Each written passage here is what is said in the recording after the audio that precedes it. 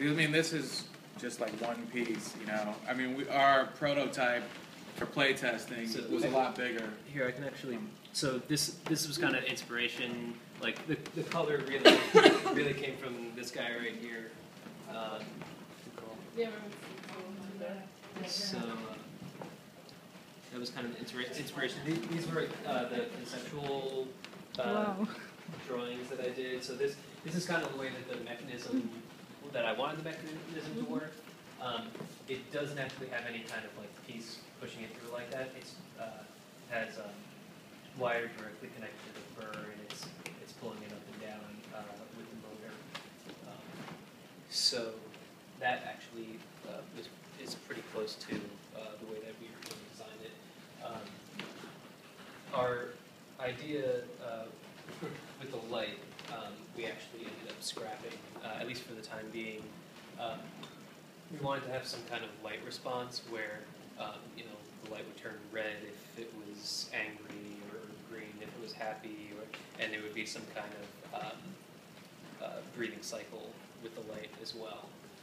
Which would be dimming and on and off. Yeah, I mean, our original idea about having the light is to have strips of light intermittent with the fur, but from playtesting we found out that people were afraid of certain materials that look more fragile, so we just scrapped it so people would enjoy the fur a little more. But we can still have a little bit maybe at the tip or the back where it doesn't interfere. Yeah. We actually have it coated, so it's just... So yeah, when you implement it, it's really... Yep. So here were some of the materials we were considering.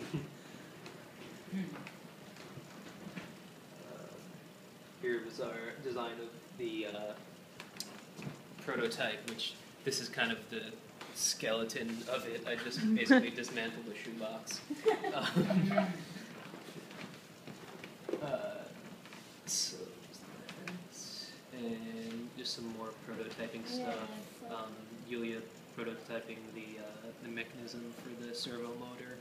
We actually also prototyped the homemade FSR, so homemade pressure sensor. So that's something that we're probably going to implement as we move on to the final. How did that go? How did you find that experience of building? It was very simple. It's very, very easy to do. I used the conductive foam that just embedded the H bridge. Yep. And just put it between two pieces of foil. The range is a little bit less. It doesn't get above 900, but it's pretty straightforward. So it's just a matter of making it durable enough. And I'm very curious about conductive stuffing. Yeah.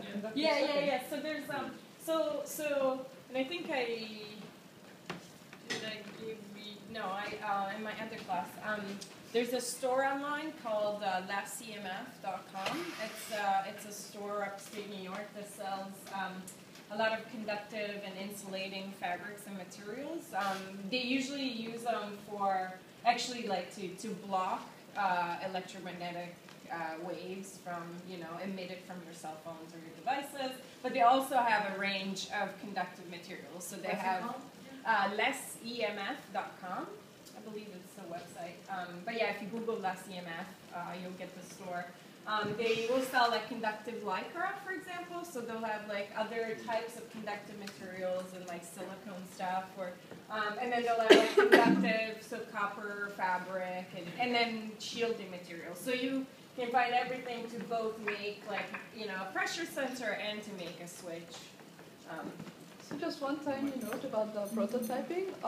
We found that the servo motor gives weird noise feedback back into whatever sensor you're using.